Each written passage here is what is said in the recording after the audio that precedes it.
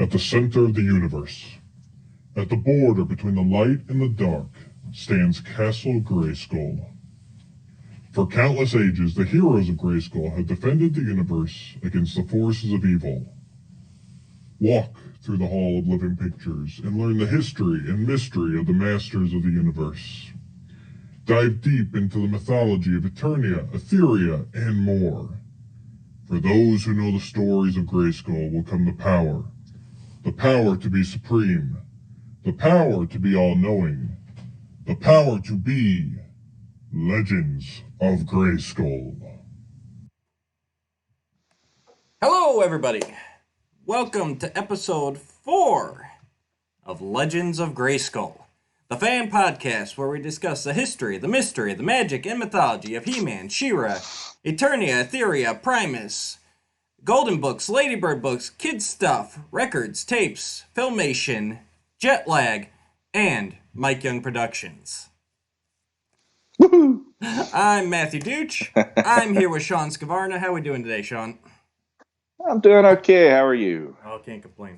Little cold here, but Yeah, a little cold in the basement. You saw me as Darth Scavarna earlier with the hoodie up, so yeah, no, it's yeah. been crazy weather here. We had like 55 degrees over the weekend, and now this Yeah. morning I woke up to snow flurries, and it's back down in the teens. So Well, yesterday afternoon it was in the mid to upper 50s, and my daughter and I were outside playing ball after she got home.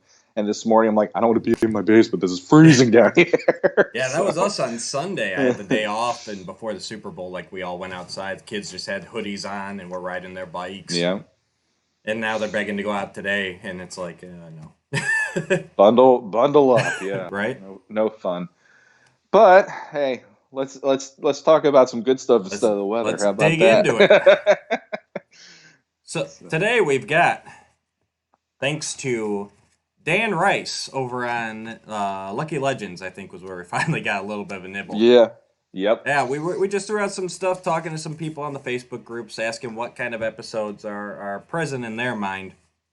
And Dan Rice mentioned Separation, episode 24, the Mike Young production series. So we figured let's go ahead and jump on that for a little bit today.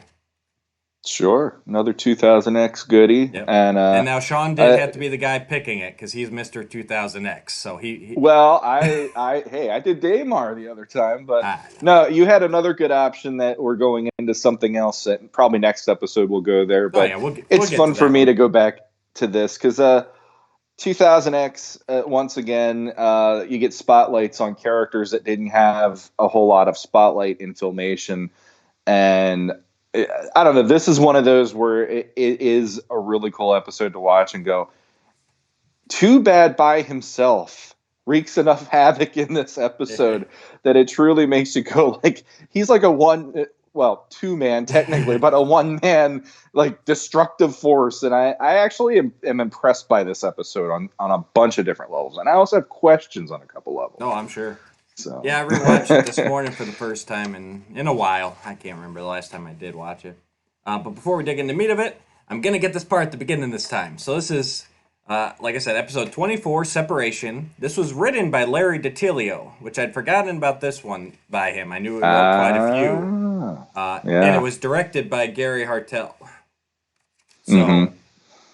so Yeah, I forgot that he wrote this one. I know Lessons because everybody goes to Lessons. Lessons, in 2000X. Price of Deceit is the one that I pop back to a lot for. That's right. Yeah. And, I'm pretty sure, didn't he write Dragon's Brood as well? I want to say he did. That one I'd have to look up, to be honest. I don't think it's on this. Excuse me. Yeah. I should have known this is a Larry DiTilio one because this one, Sorry. this one has a lot more of the mythology stuff kicks in this one with the history of Eternia and the different aspects of what is going to be done here. So I should have figured that out, but I don't know. I missed that part because I was eating breakfast while I was also watching it. I'll be completely honest. Yeah, it's not as prominent of a title card as the Filmation series had. It flashes while the action's happening instead of a separate title card. For me, since you brought it up, I can always tell by the sorceress in the Mike Young production series. The sorceress when Larry's writing her, is much more friendly, much more, I hate using the word, but Filmation-y. Like, she's less of the cold sorceress that you see in most of the Mike Young productions. So Yeah, when Dean Stefan writes her, I feel like she's an exposition machine yeah, usually, and that's my issue with her on the first episode was mostly that, like, she's throwing everything at Adam right up front, and Adam's like, "Ugh," like it would be no wonder the guy doesn't want to be He-Man.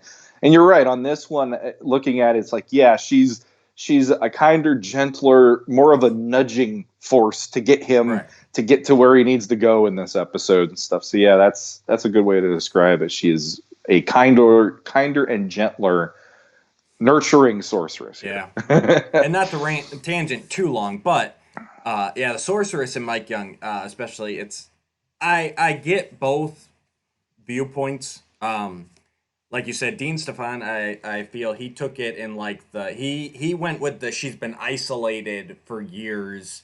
She's all to her duty, which I get that. Basically, there's two branches that the sorceress can take, and makes her two very distinct personalities. When you play up her loneliness and her seclusion, you get, the traditional Mike Young sorceress.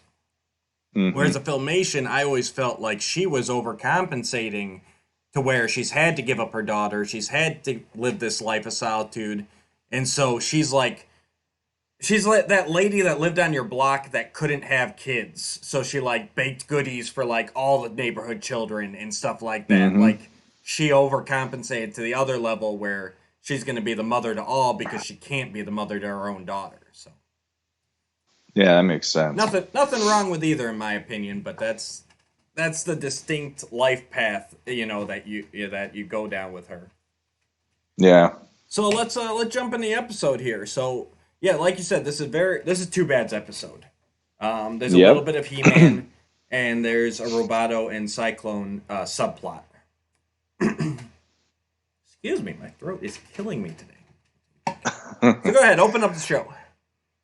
Well, we started out with like a typical what there's an actual term they use, like a everyday kind of a scene, and you get to see what it would be like to be Too Bad to have a meal. Yeah. And it's something that you wouldn't think about necessarily, but it's really fun to see the comedic value of that, because here he is trying to eat.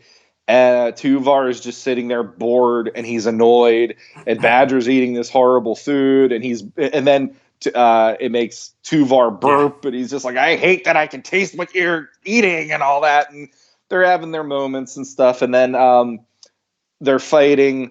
Next thing you know, Stinkor shows up and he talks about this he's not like a sorcerer. He's like he's almost like a librarian of sorts, I would think, called Vormus. I thought he did refer to him as a wizard, not to interrupt. Maybe it is, okay, a wizard or wizard, sorcerer, librarian. Yeah. But yeah, he says that he has this friend Vormus, and Vormus might know a way to separate Tuvar from Badra and make them the separate entities again, because they haven't been able to figure out how to get away from each other. They're sick of each other. Yeah. They're ready to kill each other at this point. And then that just sets everything in motion. I like that Stinker's like, I can show you where he is. And they're like, no, thanks. And they just walk out. They don't even know anything other than a name. And they just walk out of Snake Mountain because they want to get away from him. Yeah, and they track the Stinkor gag. He's filling the room with gas and everything. Yeah. Which, I mean, just real quick, it's like, I love that Stinkor is in 2000X. Yes. And I for as many people as might think he's a fart joke, the way they put him in this is great. And I love, this is right after his episode where he becomes Stinkor. So, it's like just having him show up as like a nod to the previous episode, I think is really cool too. But they find this Vormus character, and he ends up finding this. And here's one of my questions right off the bat. We have the subplot with Cyclone and Roboto, which that whole subplot involves Cyclone feeling he's lost his family. He's the last survivor of Anwat Gar and all this stuff. And the whole storyline for them, which to me is like it's like a drop in the pan compared to what the rest of the episode is, or a drop in the bucket. Yeah. I mean, it is. Here's Cyclone saying he's got to search out his family because Robato's like, well, my my data bank suggests that family keeps on multiplying, so there has to be other ones out there. When they meet Vormis, first thought in my head, because honestly, the last time I watched it, it didn't click. Is he a Gar? Here we go. He's blue and he's got the ears like Keldor. Yeah.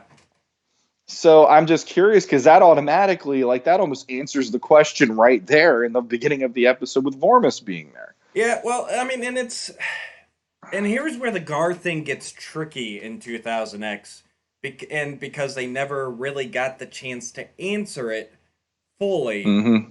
What makes a Gar? Because actually, if you and here's a point here where we are digging into unreleased material here, because really in 2000X, Gar is never defined other than it's a person from Anwat Gar.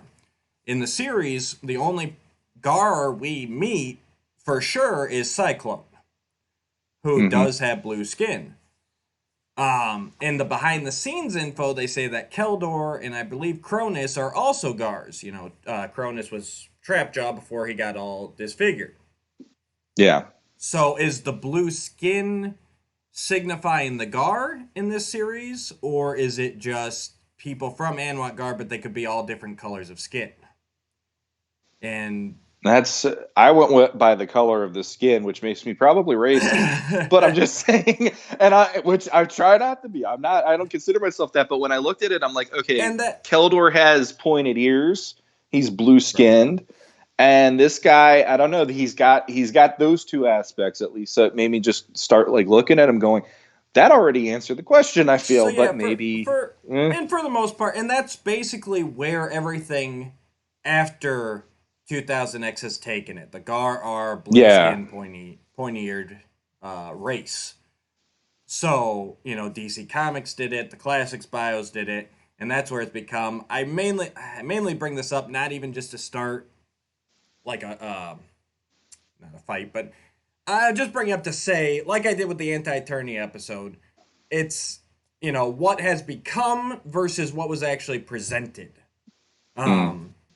But yeah, the general thought, and based on interviews but with the creators after the show ended, yes, there are still Gar, obviously, because Keldor's one, Cronus is one. I'm sure this Vormis would fit into one. Actually, even if you get into the plans they had for season 3 and beyond, even Queen Marlena was going to be a Gar. Yeah. So they, excuse me. But to answer your question, I took it as he wanted to find his direct descendants. Okay. Not so much are there Gar still, but are there any part of my family, my village? Because they go back to Anwat Gar, they go to this singular village, which isn't even the temple that we saw earlier where Cyclone was when they found the legacy stones. It's this other village. So I'm looking at it more like he wants to find the Duches. What happened to that line? He wants to find the Scavarnas. Yeah. He wants to find direct descendants of himself or of his village. Because obviously Gar are still prevalent on Eternia. Yeah. Okay. That clears that up, because the overall idea to me was he was just looking for his race again. Like there were only so many left or something. Like they were almost like an extinct species or extinct race on Eternia, maybe. But that makes a little more sense to me now. Yeah. So the Too Bad visits Vormis, and Vormis finds the separation spell that Stinkor mentioned. And he looks at it and he's like, oh, here it is. And he looks at, the different aspects of it. And at the end, he's like, I couldn't give this to you for any price. And he's like scared. And that's when Too Bad's like, that's okay. And they basically just steal it from the guy, and they They're just like, go off. We're not going to pay you for it anyways. Exactly. Yeah. And I like how the characterization of Too Bad in this really shines through a lot in the way that Tuvar versus Badra, and why they would annoy each other that way, because Tuvar is the one that always keeps pushing the envelope in this episode. He's the one that it's like he'll steal from people, he'll hurt people, he'll be sneaky and do some stuff that messes with people in order for him to gain his upper hand in the situation. And Badra might not look smart and he might not sound smart, Right. but he's the one kind of going, maybe this isn't a great idea after a while, which I thought was great too. Yeah, no, they really played up the character there and really gave them two distinct personalities. I rewatching, I'd forgotten how different they were, and picking up on the little bit of, like you said, the back and forth between them is great. Badra is obviously understanding the situation quicker than Tuvar, but he also seems a little hesitant to like go against him, and it really digs deep into Too Bad as a character. This series does, in this episode in particular, because the first episode, Monster Within, really set them up as two elite bounty hunters, and really powerful in their own rights. And I won't go any more into that because we will get to that episode. It's a great episode. Definitely. But the thing is at the end of that episode, they're fused. Like, Too Bad comes into existence in the last 30 seconds of that episode. So this is the first time, I believe, I haven't watched it straight through in a while. This is the first time we really see Too Bad after he's been joined and really dig into him. I want to say he popped up between now and then, but we didn't get his character beats. Yeah, he was basically a background character between those episodes, and this is the one where he's given the spotlight again for the episode. Right. So we really see him. Sorry, one second. We really see him coming to terms with it, and I love that they answered questions that you didn't even think about as a kid in the '80s with the original Too Bad and everything. You didn't even think about, like, do they share a stomach? Do they, to me, I always thought like they were like, maybe even like they not shared a brain, but like they could hear each other, or like they were totally connected. They were one body in sync. That's the '80s Too Bad to me. He's in control. It's one guy with two heads is what it felt to me. But here you can tell they share the stomach, but they're very separate minds. They don't know what the other's thinking. They each actually control a half, as you see when they start fighting with each other. So I really liked all that. I didn't mean to cut you off, but I just I'm very impressed by the way that 2000X makes me re-examine the characters in that way. Like, the one-off character episodes I do on this series in particular, it's usually the stuff that makes me appreciate these characters even more, because like Stinkor, the way that we find out how he's created, by the end of that episode you're like, that's freaking great. And the way that they use him is completely opposite than how Lou Scheimer pictured the character, because he just said it's a running fart joke. Why would we put him on the show? But instead in here, it's like, no, he's like a weapon of mass destruction. Too Bad, and on the other hand, to me, it's like... And a fart joke. Well, he did do that, but at the same time, they waited until the end to go there, so that didn't make me even remotely go, oh, come on. It's like, it was funny enough that even Skeletor was laughing. And that's the way I look at it. When it popped up in this episode, I chuckled. I chuckled here in that beginning scene. But anyways. Yeah. Too Bad. But Too Bad, I never thought about it until watching this episode. It has to be living hell to be him. Yeah. It has to be living hell to have... Like, you knew how you felt by yourself. Mm-hmm. You knew how you felt alone. You had your own ways of doing everything. You had your own ways. It's like worse than a marriage. And I'm not trying to say marriage is bad, but imagine that you never can escape that person no matter what. I mean, like, I know there's people out there with younger siblings, and I'm sure they were like, oh, dear God, my younger brother or sister would never leave me alone. It's like, no, you never are left alone. That has to be living hell. And that, Tuvar being the one that's just like, I can't take this anymore. I completely sympathize with him on that level. So So I really enjoy this episode. And I like that Badra at one point or another, you kind of get this feeling like he doesn't really want to leave Tuvar. He's got this kind of like, there's moments here and there where he's got this look on his face like, I don't want to lose you. You're kind of my buddy now, you know? And I like that too, where it's like you have the one who's hell bent to do this and the other one who's kind of got this, well, what we're going to change everything if we don't do this now, you know, like he's almost set in his ways already. Well, that's what I took it at. I think if he had the choice, I still got that he would separate Badra. Yeah.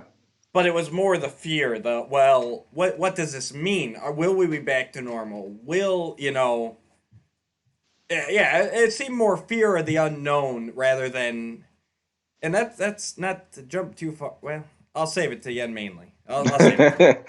But yeah, I took it as fear of the unknown, and basically once all this stuff starts happening, he's sitting here going like, I think even for him, maybe, maybe being the more monsterish, maybe he's a little bit more familiar with magic, because I even got that as it went on. I thought that he was kind of like, well, this is kind of a big like spectacle going on here for, so maybe he was even just a little more like just in his mind, he's like, this doesn't make sense. This is a simple, Skeletor made us like this with a simple spell, and now it's this big thing to, Yeah. Now we're crossing Eternia to get this stuff in order to create that doubt. Whereas Tuvar, he might have that doubt, but he's like, I gotta do this. This is the chance. This is it, so. Yeah, so they get the spell, the tablet with the spell, but then part of it gets broken off, which is the typical thing there. Perfectly. But just the part with the bad results. The rest of it is fine. Perfect. Exactly. Yes. And then they end up going after I can't remember the name of it off the top of my head. What triad? It's triad. I'm gonna open it up here so I get it right. The triad of Decidium. Decidium. I was actually going to say that, but I felt like that was something else. The triad of Decidium. They're after these three different pieces that, when they're formed together and they're put into the lake, or the well of darkness. There you go. Yeah, the well of darkness. This is without even a script, folks. They put the triad of Decidium into the well of darkness, and this spell is supposed to be activated. Right. So they go after the first piece. I will say right quick. We do have a couple little fun facts in the episode guides. I don't know if you have the DVDs or not, or if you just. I do. They're actually right in front of me, but I don't have them opened up. So go for it, since you have your copy open. And there's not unfortunately, there's not as much. James Etok, you really need to get on a animated guide to 2000X series. Because I know there's a lot of cool information out there, but this one just got a couple fun facts.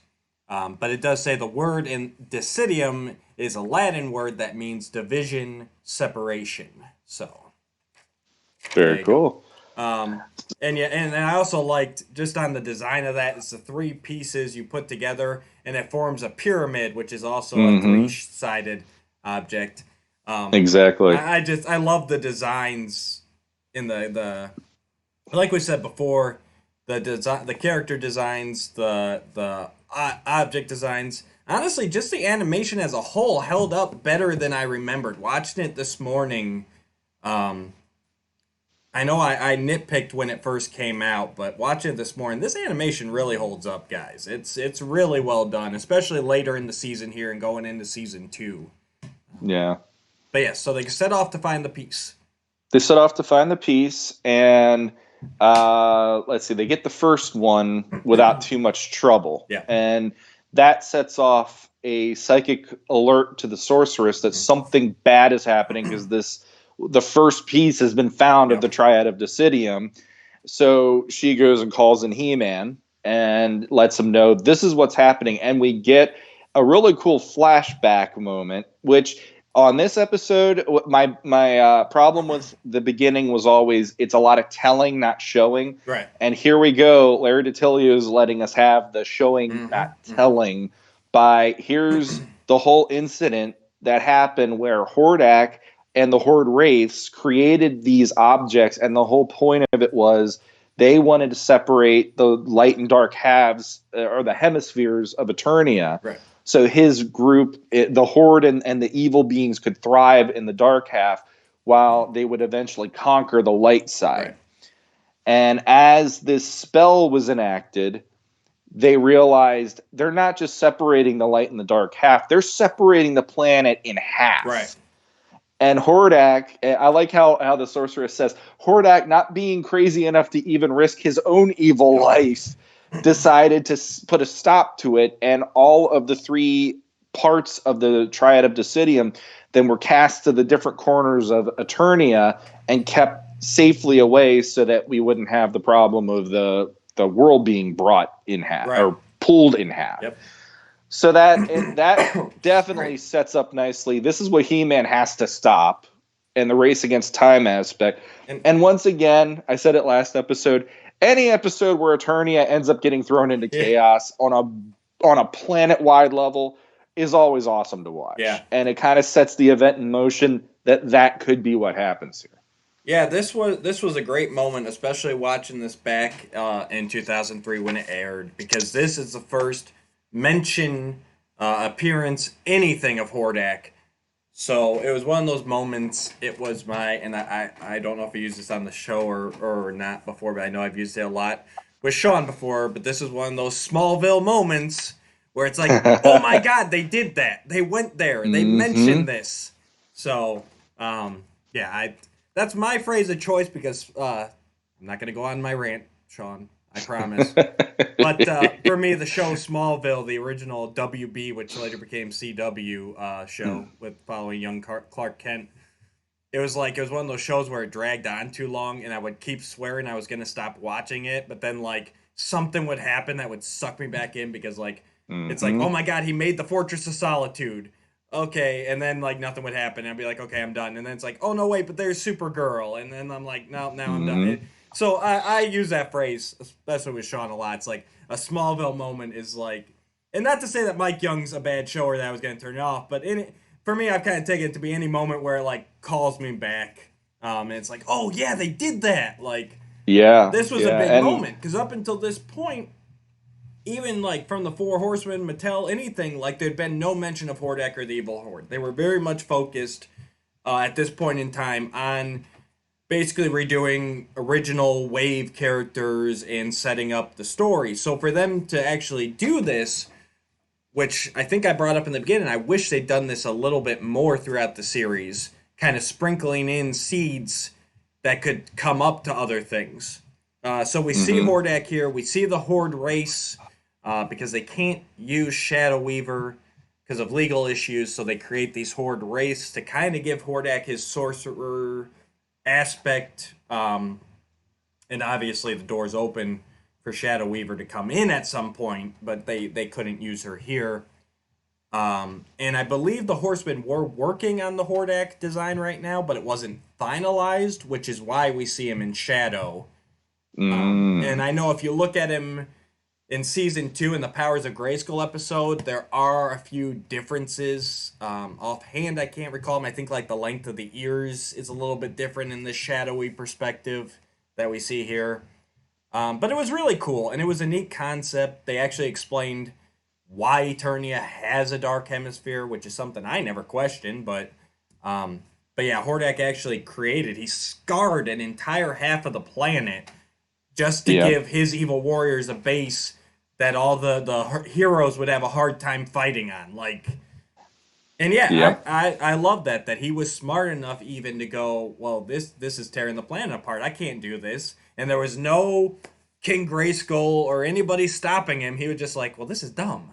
Let me go ahead and separate. He's the one who separated them and hid them. He's like, I can't do this.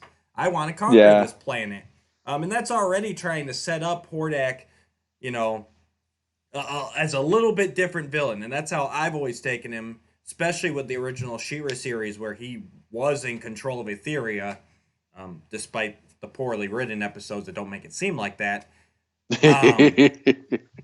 But yeah, he's always been to me that kind of a step above. He's a little more powerful. He's a little smarter.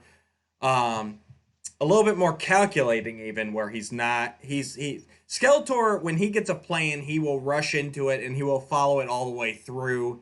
I think Hordak is he can kind of see the flaws in his plan a little bit better and make plans so that they won't be there. For me, like that moment was pretty cool, just for the fact that when I was a kid and I played with the Horde characters, I never once had Hordak transform his arm into a cannon, Never? or I never once did him turning into a rocket to get away. Really? From me, my Hordak was a sorcerer. Yeah. He was like this malicious, conquering tyrant sorcerer that's what separated him from Skeletor for me. Skeletor had the sorcery aspect and stuff, but I always looked at him as he wasn't a tyrant and he wasn't like this conqueror. He wanted the power, but he wasn't interested in like conquering everything that he possibly could, like how maybe like Darkseid would in DC Comics or something. But Hordak, that's what made Skeletor and He-Man, when I played, always have to join forces, because they were like, this guy's trying to do this to us, at that point. And it was the whole, your enemy is my enemy kind of deal, and stuff. So Mike Young doing the Sorcerer Hordak made me thrilled, because that was the way I always played with him. And, Filmation had their take on it. I wasn't the biggest fan of how that one was. So the fact that Mike Young went to this just made me, I'm clapping watching this, just go like, this is my Hordak. This is great. So, well, I weep for your childhood then. I'm kidding. I'm kidding. No, you know me. Every viewpoint is valid. I get it. As I get older and I see that stuff, I mean, besides, I think I had some of the kids stuff books in that where Hordak was a little bit more sorcerer. I don't remember any of the mini comics that came with the Horde toy line Well, I take that back. I did have Grizzlor. The Grizzlor one's the easiest to go. Like that one was creepy for me as a kid. It's like the Wolfman aspect of the way they played him up. We'll get to that. Oh yeah. But yeah. So for me, once again, here, Filmation's kind of my base for everything. That's where I first saw Hordak. That's where I learned about him. And mine was always a 4-way or a 3-way team up, because I did have some She-Ra figures, so I always had She-Ra, He-Man, and Skeletor teaming up to battle Hordak, because that's how powerful I saw him as this powerful entity who conquers everything, the Horde Empire, So. Yeah. Well, when they initially introduced them, and this was before She-Ra, because that's the thing, you gotta. It's like my reference is always going to be pre-Filmation for everything. That's what introduced me to the Horde, like the Masters of the Universe magazine for kids when that was out, like that Earl Norm one of here's Hordak and he's got his hand out like that and he's shooting the fire, the energy out of his fingertips. That was always my default Hordak. Like he's this like powerful sorcerer. And then when Filmation went to what they did, I was like, huh? Like I literally in the theater watching Secret of the Stars, like how did he turn into a rocket? Like what? And it's like I kind of dug, if you take like the technology and technological side of the Horde, but you also take the sorcery, that's kind of where he got, the power, both sides of it. Yeah. And I like that kind of idea. I like that, like Sorcerer Hordak. I figured that was like the Preternian Hordak, and then as time's gone on, he's become more technological. Yeah. Yeah. Which, I'm easy with either one, I guess, but this is the primal version that I always was excited to see. So I really like that we get that in here. I would like to point and the out Horde race. that Norm poster does show Hordak in the blue skin, and it is Filmation Grizzlor and Filmation Leech and everything. So just saying. But you didn't see Hordak very often shooting stuff out of his fingers unless it was a cannon. Yeah. That's what I'm trying to say. I know. I just gotta give you grief. I'd have to look at that picture again because I know it was a blue skin Hordak, but I didn't realize it was legit like Filmation, Grizzlor, and everybody else. I'll have to look at that. Now you've got me doubting myself, but I'm 99% sure like Grizzlor's got the more controlled fur and everything. Okay. I'm gonna look at that. Modulok's on there. I'm pretty sure he's like Filmation-y. But anyways, we've gone far. But I would But one last thing, point it out there because Sean did kind of touch on it that pre-Filmation and everything, but the Horde were designed as a collaboration between Filmation and Mattel for the Princess of Power line. So okay, they that has been documented, revealed. The Power and the Honor Foundation, Joshua Van Pelt and Emiliano Santolucia and a bunch of other people I'm forgetting right now, they did discover that Mattel and Filmation passed back and forth that concept art for the Horde during the development of the She-Ra series. So no matter how Mattel released them, they were always going to be the villains in She-Ra. that's still cool, and the whole premise. I'll just say this really quick, and then we get back to it. But the whole premise of She-Ra going up against villains that are like that, to me, is badass. Yeah. And the whole idea, like a buddy of mine brought it up. He's like, "You ever think that He-Man's on a planet where he kind of he's got the advantage. It's all a peaceful planet for the most part, and he's more the one that has to go into battle because Skeletor's up to something. But in She-Ra, she's got an uphill battle every freaking day of her life." And I'm like, absolutely, that is, it's like, it is amazing to think about.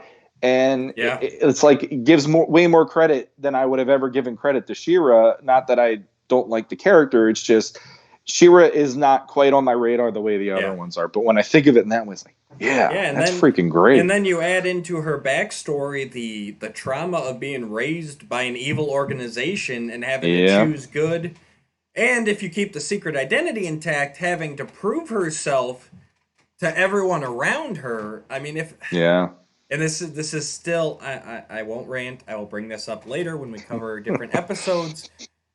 But if we can ever get a series, like I feel that like the Kevin Smith series is going to be, that's more for us. If we can ever get a She-Ra series that's more for us and actually digs into Adora as, and She-Ra being the secret identity, and actually able to explore that dark past and what it's done to her and what she's got, like you said, she's got to overcome the Horde on a daily basis.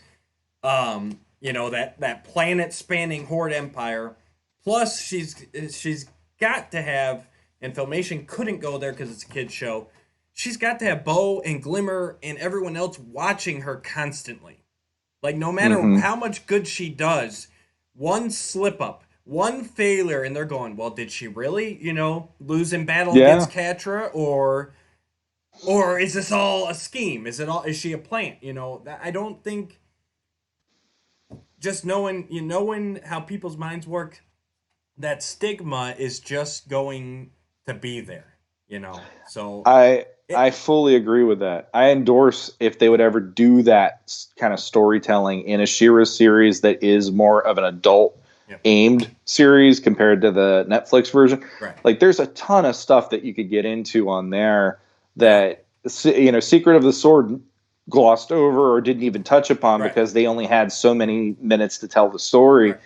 And I mean, there's a wealth of stuff that you could draw from to tell a compelling story about Etheria, the Horde, She-Ra, Adora, and all that stuff. And I think it's still yet to be told, which that's kind of exciting to me to think maybe we'll get another tale sometime. And for cross fingers. And for all those people who sit there and go, well, She-Ra, she's just a He-Man as a girl. It's like, dude, you have not watched a single episode then, because they made it as tonally different as they could. But yeah, so okay, I'm just gonna stop there. I could keep going for hours. No. We can. We'll definitely get into some good She-Ra stuff. Oh, we will soon. Trust me, listeners, we will get to it. We will get to it. I will force Sean to watch some She-Ra. Back to separation. Exactly, because I mean, the Hordak just opens the floodgates up to a whole bunch of stuff, and we're only talking about 10 to 15 seconds of the episode, and it just took us all the way down that point. But so the sorceress lets He-Man know the triad of Decidian is dispersed around Eternia. One The one is just like on the Earth or on Eternia, and that's the one that Too Bad already got. Then there's another No, one that's the water was first. the water was first. The water Okay, was first. so that's yeah. He's underwater and he's got the scuba tank. That's right. So there's one underwater, there's one underground in Subternia, and then there's one just on the forest, surface, I guess. the forest. Yeah, it's just this random. Here it is, the forest. Yeah. So now He-Man knows, okay, one of them is taken. He's got to find the other two before it's too late. And this is where you get the moment of Badra having second thoughts, because when He-Man tracks them down into Subternia, he doesn't want to fight them. It's more of I just don't want you to do this.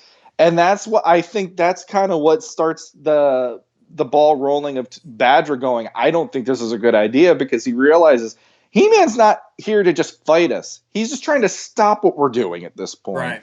But Tuvar's not having it.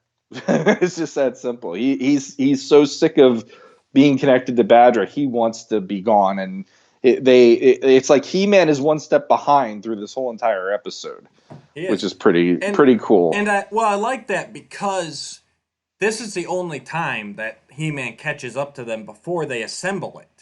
Yes. So, and he tries to tell them what's going on, and Tuvar ends up blinding him before, and they run off before he gets a chance to. Mm-hmm. But I like that they didn't. Larry didn't dumb it down for the kids. He didn't have them constantly not listening to He-Man. He just put them so far ahead. He-Man couldn't catch up.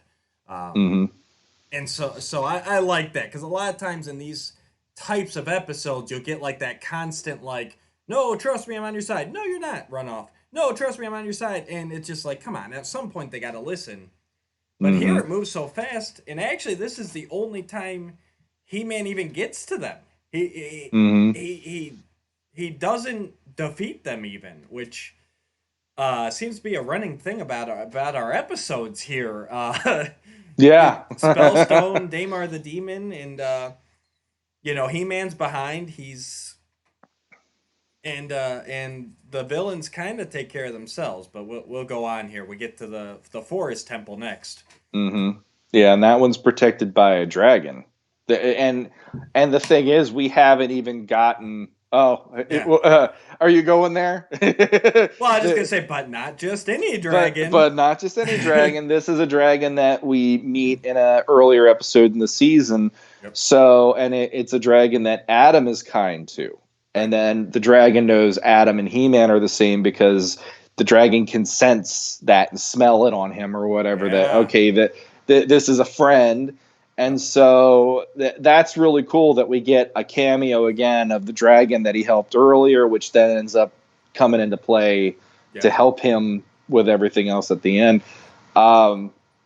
But yeah, that one, he's late to the game, like you said, on that, and they just get it, and then they're there at the Well of Darkness. Well, I did like really quick. I did like the scene with Too Bad fighting the dragon, and how Too Bad just takes that dragon down. The dragon does that hard fall into the forest. I mean, Too Bad is very competent here. He did not lose a step by being merged together. There's still two very lethal bounty hunters in one body, and I think that's part of it here. As you see, when they are working together, they're beating He-Man. They're taking down dragons. Yeah. They're still learning how to work together, but they're becoming very powerful. And I'm always singing the praises, but the MYP show really doesn't try to dumb down or turn the villains into comic relief 9 out of 10 times. The only exception to the case I can honestly say is Clawful. And that's a whole different episode. We're not even going there today. But most of the villains in 2000X, usually, and even the ones who are cameo villains like Marzo and Evil Seed and stuff, they actually are competent and almost able to get away with what is happening in the episode. And I love that, because I've never been a huge fan of the villains being played for comedic effect. That should be Orko's job. That should be Cringer's job. It should not be the villains. The villains should be characters that you legitimately are like, oh crap, it's him, or it's her or whatever, and giving the drama and the tension to the story, not the relief Right. of, the comedy to the story. So yeah, Too Bad takes out the dragon, and he gets to the well of the well of darkness, and he's there like, okay, it's time, we're gonna do this, and he's like, I'll be back in my body by tonight, Right. And he's all excited, and that like he puts the one piece in, and he starts assembling it and putting it into makes the pyramid. Yeah, and Badger's having like I don't know if we should do this. He-Man warned us. Yeah, He-Man warned us. It's like I said before. It's this big elaborate stage to do this on, and I think all that just kind of like red flag, red flag, red flag, and Tuvar's just so hungry to get out of there that he doesn't care, honestly. I love it, and one of the best scenes in the show here, I feel, is when Badger is trying to stop him, and you really see the independence there, and how they each control a half, and Tuvar ends up knocking Badger out. I love that. I was just going to bring that up. That moment for me makes me feel so bad for Badger, because he's really like, they're still evil. They're definitely people that they're in it for their own gains and stuff. But at the end of the day, it's that line from Guardians of the Galaxy. Why would you want to destroy the galaxy? It's where I live. You know? It's like, why would I let somebody destroy this planet? I live here. Right. Like, that's horrible. And the animation in that part where, I mean, Tuvar hits Badger, he goes limp, and like the whole his left side, like Badger's head and his arm like all go limp, and then Tuvar just kind of like holding up the rest of the body. That's oh my god, that's such a neat concept. I mean, just to think of what that means. I mean, here, but in battle, like if you were to knock like one of them out, the other one could like limp to safety or keep on fighting. Like, I mean, that just makes him even more powerful, in my opinion.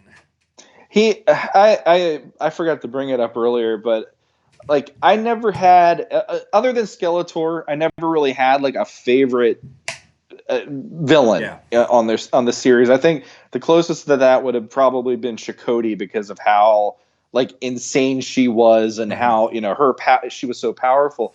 But like if I look at the original figure line, I don't know if I could have picked out another warrior that would have been like, okay, this is my next favorite bad guy or whatever.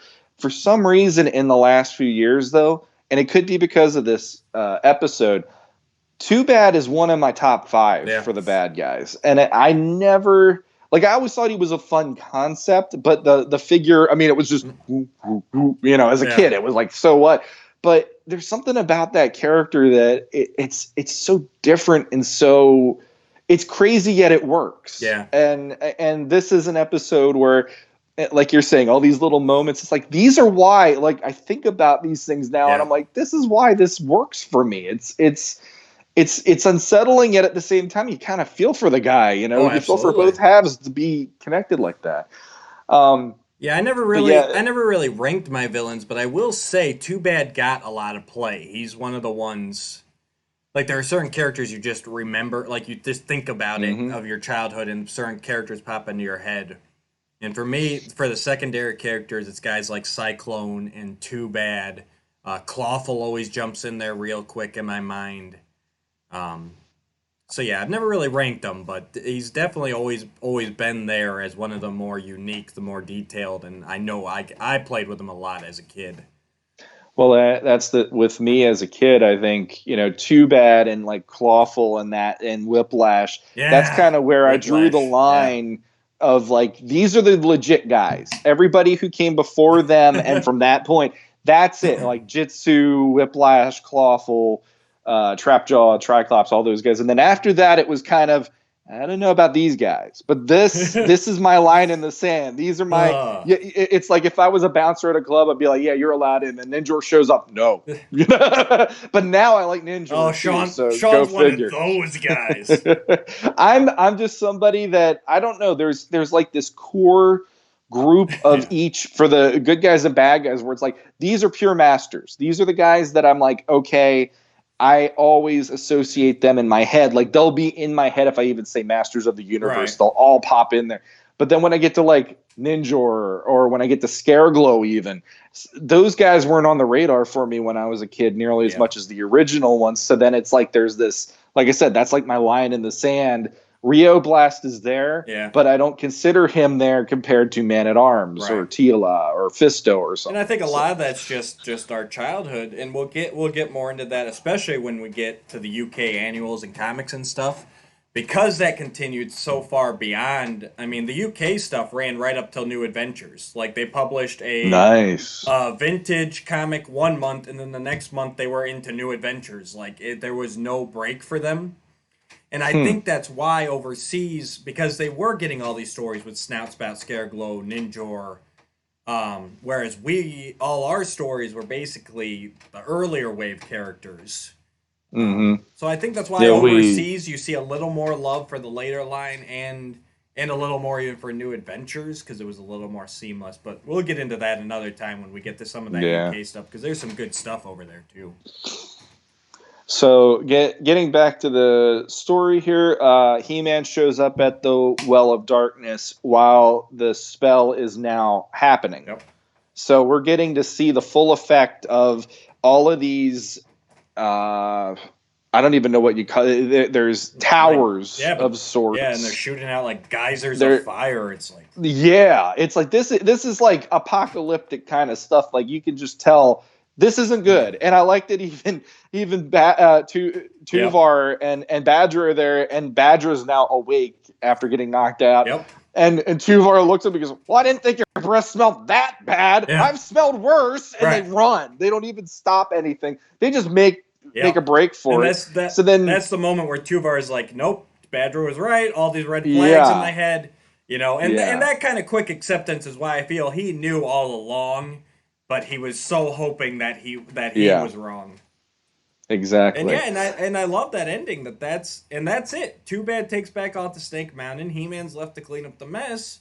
Yeah. And while I would have liked to see a He-Man Too Bad showdown here, it's not necessary in this episode. It works better this way. That this is all Too Bad story arc, and He-Man's just the janitor who's like, okay, I guess I'm okay. Everyone left. Let's clean this up. Yeah, and I'm a huge fan on this series of any time He-Man has to go up against some kind of an ancient artifact because we see him at one point go up against the Ramstone, which is going to be a really cool episode to talk about. Another Larry DeTilio one. Yes. And we get to see that doesn't always work well for He-Man, and it makes the division of Filmation. He could go up against almost anything and he'd still be He-Man. And there's times on 2000X where he goes up against something so powerful where it'll knock the power Grayskull out of him. Like it makes me think about my mom hit me so hard it rebooted me and all that. It's like that kind of a thing with He-Man at times on this. And it doesn't go to that extent, but while he's trying to pull the Triad of Decidium out, the whole time all I keep thinking is it's going to turn him into Adam, or it's going to like in the way that I view it, it'll be either it'll turn him into Adam or it'll turn it into He-Man and Adam. And it doesn't even go there. But that would have been a really cool story point if it would have done something ridiculous like that. I'm always one of those guys. I've noticed that about me as we've talked. It's like I want them to challenge him in a way where now it's like, oh crap, now there's this on top of everything else, because that just amuses me. But he manages to pull it out. If they had done that, though, they would have needed another 20 more minutes. Well, no, but then that validates, or that then it would have separated Tuvar and Badra too, right? No, and that's true. Which it's like that would have made sense. It's like, okay, so if it does that to He-Man, then it should have done that to Too Bad, and they should have achieved their goal. And I just think I get what you're saying, and that to anything I could see it having the potential to knock him back to Adam, which we've seen before, and which I like. I like that he can be knocked back to Adam. We'll talk about that more in that other episode. Yeah. But But no, you're right. If that would have happened to him, yeah, that would have made perfect sense, and then they would have got their way at the end. Yeah, With and then you would have had Adam and He-Man. They would have had to meet in a junkyard, and they would have had to fight. You went there. I was just thinking that's the same thing. It's like, here's Anti-Eternia He-Man versus Adam, and it's like, oh crap. You know? But anyway, yeah, He-Man. I like those moments though, where he's going up against these ancient artifacts. Oh, he doesn't even have the clue of what will happen to him when he's actually like touching or having that power used against him. And I always love those moments on 2000X a lot. Absolutely. He manages to get it out of the panel or the altar. Yeah, the altar panel that they have for the Well of Darkness. Yep. And so then it's up to him to go and disperse it throughout the places in Eternia where they found it so that the planet will get back to normal. Because now, all across Eternia, this weather is going crazy. You're seeing all sorts of stuff happening. The Royal Palace is getting the bejesus kicked out of it at this point. Again, it's like that palace on this show. There's two things I could think of. Like, the palace on this show takes a pounding like crazy, and Battle Cat is always knocked out usually. And so it's like those are the two. And guess what happens in a minute here when he goes to return the first piece? I know, and it's like I'm watching it, and I'm like, of course, a tree falls on Battle Cat. Yeah. Why would it not fall on Battle Cat? Right. And I don't even see the need. Yeah, so they go to put the first piece back in the forest temple, and Battle Cat gets knocked out by a tree. Yes. Which, they did a good enough job in this episode showing the amount of time it took to cross Eternia, gather the pieces, and get to the Well of Darkness. Like, the same as in that Spellstone episode, and Daimar the Demon. Look at all these. We keep picking the same episodes here. We didn't even pick this one. Dan Rice did. But yeah. But they did a good enough job showing that it takes time to travel here that they didn't need to knock Battle Cat out. They could have just said, well, we don't, even just a Sorcerer He-Man, you don't have time for this. It's taking too long. Because you can see the planet tearing. It cuts to the palace. The Masters can barely keep the flames out, There's lava shooting up through the palace at points and stuff. I mean, there's like legit fear and terror. I think they could have just gone with we need a faster way. Battle Cat's fast, but he's not fast enough. Flying's always going to be quicker than a train or a bus. I mean, that's just that's not even taking Battle Cat's power level down. He's still one of the fastest animals on Eternia. But on the ground, yeah. Right. But flying's just a faster mode of transportation. So luckily, the dragon's feeling better now and offers He-Man a lift, and they leave Battle Cat knocked out there. And lucky for He-Man, he took the one to the forest first, because otherwise he would have been in even worse trouble if he would have gone to the other options without having the air transportation. Well, I will say, I thought it was a straight. Yeah, they're going back in order. Yeah. So it's kind of the journey. Closest to farthest, so it would have been worse if the forest was the first one and he went to that one first. You know what I mean? Yep. So what I like is you get the whole race against time.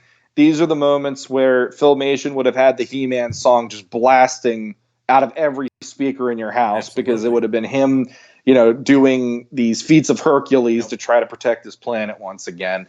And I just got amused. I mean, the Subternia part where he replaces it really isn't like an amazing part. You just see he replaces it. Yeah. The structures are falling in there and stuff, but he manages to get it where it needs to go. When they get to the water. Yeah, the water's fun. I like the water part because he's like, down, we have to go down. Yeah. And the dragon's just like, really, dude? Yeah. I like that. There's this moment where I thought either the dragon's like, really? Or the dragon's like, I'm setting you up. Right. This is going to be cool. And then he's like, oh, yeah, dragons and water don't mix. So he pulls out his sword and he runs across the dragon and dives into the water. And it's spectacular. It's one of those moments that, it's like, yeah, He-Man's doing stuff. Yeah, it it probably sounds pretty boring us just describing it because it is just He-Man going to put three pieces back. Yeah.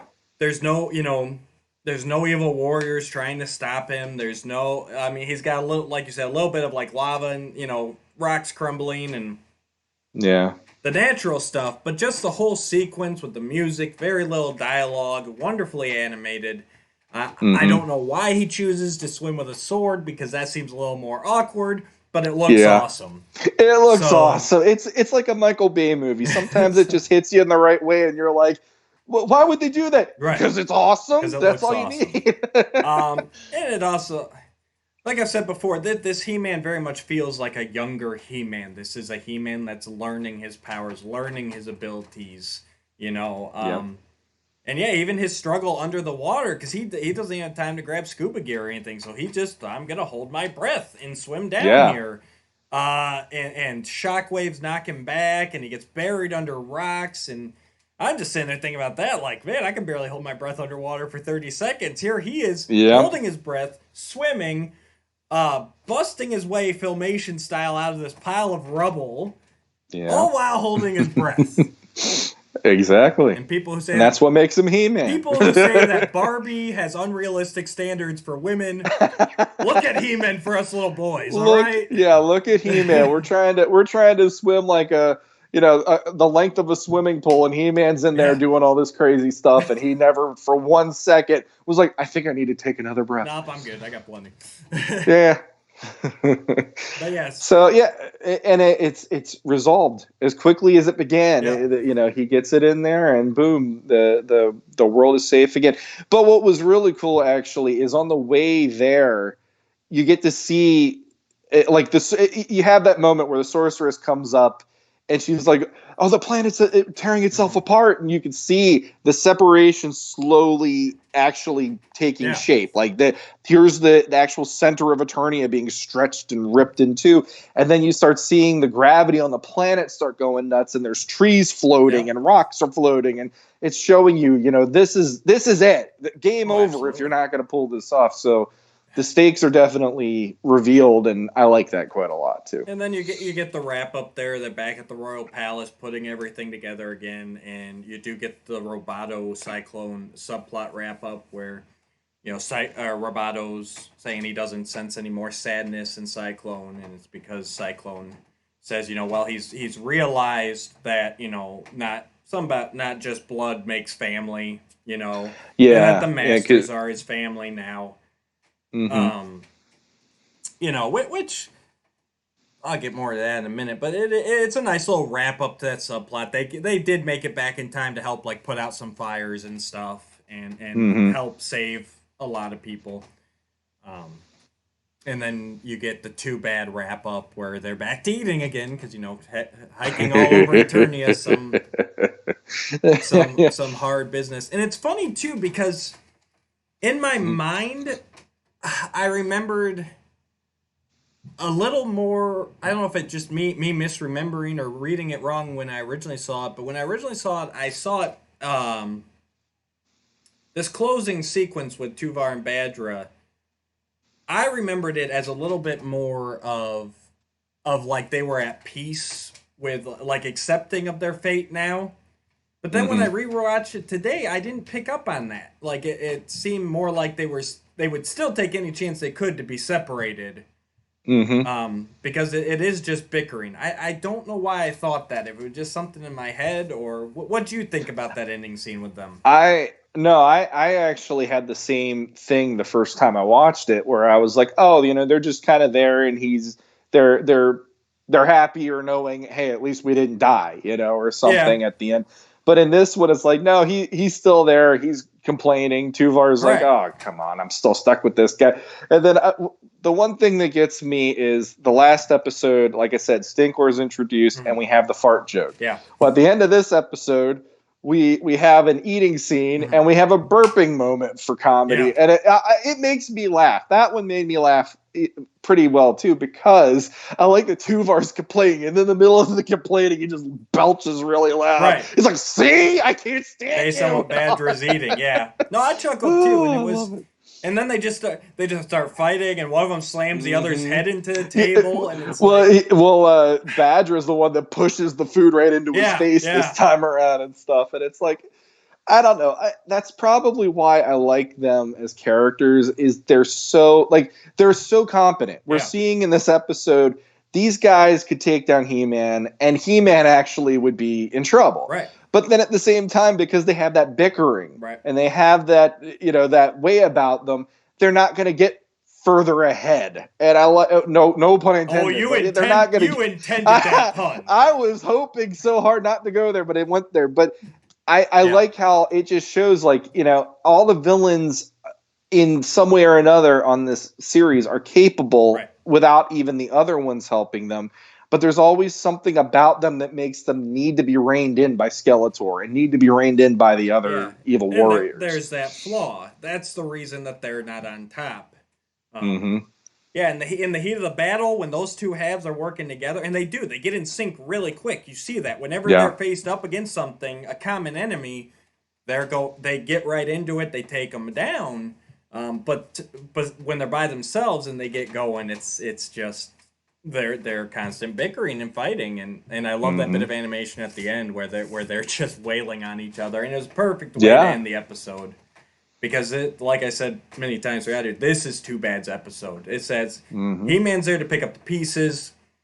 The Roboto Cyclone subplot, and I think that's watching it today. Because even when me and my buddies, we used to gather around whenever it was on, whatever day of the week it was on at that time, because Cartoon Network moved this show around constantly in its schedule. It was Thursday nights, it was Friday nights, it was Saturday nights, it was part of Toonami, it wasn't part of Toonami. It was a mess. But when me and my friends were gathering around, I still remember us going, like who cares about all that? Like the Roboto Cyclone part. Watching it today, I get what Larry was going for. Because the whole episode is really about family. Too Bad being forced to be, like you said earlier in the episode, I didn't want to get into it too much there because I wanted to get through the episode, but Too Bad has been forced to be closer than two people have ever had to be. Closer than husband and wife. Closer than brother-sister, So it's them accepting their new family and that they're stuck with them, which is more what it is at the end, that they're just like, well, I'm stuck with you. So, and Roboto or Cyclone, looking for his family and finding it, and it's all that family theme there, and you do have that bit in the beginning too with Duncan and Marlena versus Adam and Tila in the game and everything. I still think it still feels a little awkward watching it today, that Cyclone Roboto subplot, but I get what they were going for. That symmetry about the choosing, which is good advice, because a lot of people are stuck with toxic families or toxic relationships, but choosing your family versus being stuck with your family versus your actual birth family, there's a really good theme in there. I think it could have been a little clearer. I'm not sure how, because I'm not a writer by any means, but I get what he was going for there. I think for me, I think it's the weakest part of the episode because it's such a small part of it, and I like you're saying, I get it, it's the theme, and that's fine, but there was so much good going on with this episode, with getting the different pieces of the artifact in order to create the spell, in order to do this and that. And then the idea, you're crossing all across Eternia to get all these different things, and then to return those different things by the end of it, and also the race against time. Yep. You have the planet getting rid. It's like there's so many facets to what's happening in this episode that's one of the moments where I just sit there and I go, I get what you're trying to do, but we don't need that, because it's kind of a given at this point that this A plot is way more advanced and way more to do with this, that anything else is just going to be chewed up in the process. And it's like, I'm usually a fan anytime Roboto shows up in 2000X because Roboto's actually one of my favorite characters on the series. But even that, I'm like, you know, I get why they went there. I like that Cyclone had a little bit of a moment because he hasn't really had many. At this point, he had the Amwat Gar episode, and he helped out in the one episode with Roboto's Gambit, where he and He-Man are like the front line against Triclops's Bone Warrior guys and stuff. But it's like that's all well and good, but I felt like it just kind of undermined him to be used in that way because he didn't have a whole lot of mileage for this one. Exactly. Yeah. So see, that's what I'm getting at. If they could have just somehow dialed that into the episode more, maybe even take out He-Man and have Roboto and Cyclone somehow. I don't know. If they could have had Roboto and Cyclone be the ones more inadvertently trailing Too Bad, like maybe they're just chasing down this lineage, trying to find some remaining survivors of Cyclone's village, and they were inadvertently chasing Too Bad. That might have helped a little bit more. Well, they could have had it where one of the pieces was an Amwat Gar. Yeah. And then that would have led to them finding, like that's the main thing. It's like it didn't tie into the story other than the theme. Right. And that's kind of why, to me, it just feels like I would have rather just have seen more of either He-Man versus Too Bad or something more with Too Bad or something. Because honestly, like the way they did their entrance, because that was one of the parts that I liked about that B plot was, when the planet starts going crazy and you have these like ridiculously dark clouds and all this ridiculous lightning coming out, and they're in a Wind Raider. Yeah. And Roboto's like, we should land, and Cyclone's like, no, we have to get back to the palace. They're, our friends need us. And then when they show up, they have like a Superman kind of a moment in a way where like, all hell's breaking loose. Yep. Man-at-Arms is directing people here and there. There's people running for their lives. There's stuff falling, and out of nowhere, the stuff stops because Cyclone is holding it up using his wind force and throwing it off to the side. I'm like, that was cool. That was like a really great heroic moment. But it really is, like I said, it's a drop in the bucket compared to everything else you're going to see in this episode. Yep, it exactly needed to be tied into the main storyline more. Sure. But other than that, it's a great episode. It's the villain's story. There's no... The heroes are just there, just to be there. He-Man cleans up. Like I said, man, that animation, I'm still... It's been a while even since I've sat down and watched a 2000X episode. The animation's really holding up. I would love to see, as much as I love all the Filmation stuff that's coming out and has come out, I'd really still, and I said it back in 2000X, I would really love to see some small statues in the Mike Young production style. That's something we have never gotten. Especially He-Man. They have a very distinct He-Man, a very distinct Power Sword. It's so much different, and I know everyone's going to chat, well, you've got the pieces to build a 2000X He-Man out of classics. It's like, no, you had the pieces to build a toy 2000X, a Four Horsemen He-Man. We've never really gotten a Mike Young He-Man. Or Tila, really. I mean, I would just love all of them. It's a very unique art style. I would love little statues or something in this style. Well, that was one of my complaints, even about the toy line. When you watch the show and then you look at the toys, the show has He-Man looking like a mountain. Yep. And I know, there's people who complain King Grayskull looks even bigger than He-Man. But to me, it's like, these are larger-than-life characters that are allowed to go this way. That's why the comic books are drawn the way they're drawn, even with the heroes having all that like crazy muscle definition.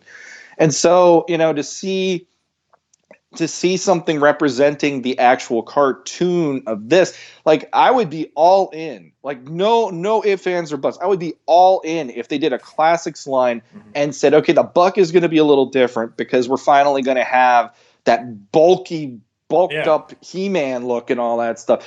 Oh my God, I'd be weeping tears of joy because this is something I want to see represented somehow. Either statues, like you're saying, or Something. even like, doing here's the 2000X legit official He-Man, Teela, Man-at-Arms, instead of cobbling together pieces and stuff. It's got such an awesome defined look. And the thing I love is the animation on this show doesn't for 1 second take away from what the Horsemen did with the line. What it does is it streamlines those designs so that you can still appreciate it and really take the best parts of those designs away from it. But then when you see the figures, you're looking at them and just going like, these are still gorgeous to look at because there's so much detail in those characters. Right. But they're not Mike Young. They're not. I mean, they have. This is Skeletor, obviously, but not that He-Man. They're very unique designs. I still like that the Power Sword. They did much better on the Power Sword. It looks less technological. I like the brown handle on it. I like the Mike Young Power Sword better than the toy Power Sword. Yeah. And I found it funny too. I opened this up today, and as I keep everything, so this shows you around the time that this was released. It actually came with an ad in it for the beginning of the Classics line. A little one-page ad for the first time ever, King Grayskull. Yep. Available first at San Diego Comic-Con. I'd forgotten this was in there, actually. So that was a neat little thing. Yeah, I'm gonna have to go through my set because I got the here. I'm gonna have to adjust my video, but let me show you here real quick. I got the big Mamma Jamma way back in the day. Woo! Oh, you got the slip cover. I did that at Best Buy. That was a must-have. I'm still regretting that to this day. You got the He-Man, and this is Emiliano artwork right here. And then on the back, you got your Skeletor. Yep, all your evil warriors. Yep. And then you got ending of the diorama. Yep, there you go. And I'm never going to be able to find that now for a price I'm willing to pay. I had to do that when I found out about them releasing this because I had been watching it on YouTube exclusively. And then when I found out they did this, I went out and I got that. I'm going to have to look through this again because I've been watching this stuff just on YouTube. I haven't put these into my DVD player in a long time. That's actually how I watched it today, too. I did not. I feel almost bad doing that because I feel like I should go. Because the other thing about those that I really love is they actually show a lot of the design. They do. They go into. And I remember like when I first got those, I put them into my computer hoping to do screen caps of them. And I couldn't get any screen caps because they're locked. Yeah. So you can't even do that. So only stuff on there you can look at on there. You're not going to find that probably anywhere else online. Right. Yeah, or there's a lot of good behind the scenes stuff on there, special features, commentaries. No, they're great. And I don't play my DVDs much either. I'm so afraid, especially on stuff like this that has really shot up in price, that I'm really afraid of scratching them or wearing them out. Or I mean, it's physical media; they're gonna degrade over time. Yeah, DVDs are better than VHSs used to be, but still, I'm very afraid of that. I only pull them out if I want to watch something that I can't find on YouTube. Do you have the ones that it's just like here's all of them on a couple discs and it's just in that one box that you showed? Just out of curiosity. No, this is the volume.